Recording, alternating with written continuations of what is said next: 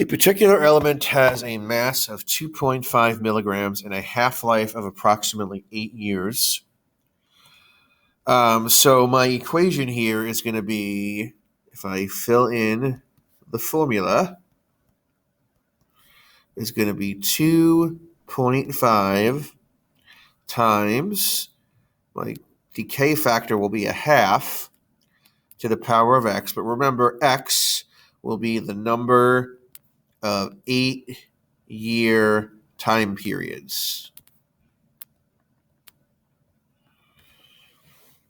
So for A, how much of the sample will remain after 8 years?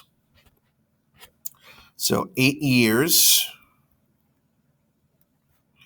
All right, I have to divide that by 8. 8 years means x equals 1. So 8 years means x equals 1. So I'm going to plug in 1 for x. So that'll be 2.5 times 0.5 to the power of 1. So I will simply go to Desmos and plug that in. 2.5 times 0.5 to the power of 1. There's my answer for A. So that'll be 1.25. So for B, I'm going to do the same thing, except it's going to be 4 years. So 4 years is half of an 8-year time period. So that means I'm going to plug in 0.5 for x, right? 4 divided by 8 is a half.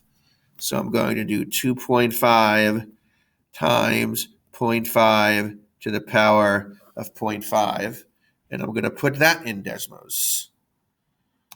So 2.5 times 0.5 to the power of 0.5. There's my answer. So I'm going to round that to 1.77. Okay, so that's your answer to B. For C, how much of the sample will remain after 1 year? So 1 year. All right, I have to divide that by 8. I have to divide that by 8, which means I'm going to plug in 1/8 for x. So that's going to be 2.5 times 0.5 to the power of 1/8. Okay, 2.5 times 0.5 to the power of 1/8. So all I can do is I'll go up here and I will change that to 1. Whoops. I will change that to 1/8. So 2.5 times 0.5 to the power of 1/8. There's my answer. So we'll round that to 2.29.